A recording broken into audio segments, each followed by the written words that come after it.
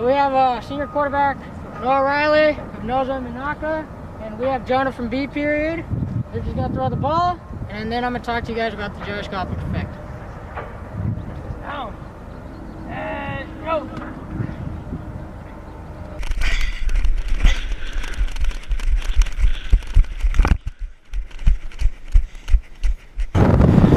So you saw Noah try to throw that as much as possible with this type of spin on the ball, without less wobbly as much as possible.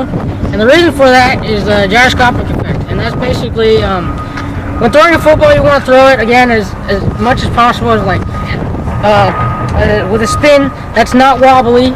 And the reason for that is because the more wobbly it is, the more air resistance there is on the ball. That creates inaccuracies in your throw, and the ball makes it harder for the receivers to catch, and you don't want that when playing football. So again, when throwing football, you see it all the time. You see it with as much spin as possible, a smooth spin, because that reduces the air resistance, creates better throws, and receivers can catch it a lot better.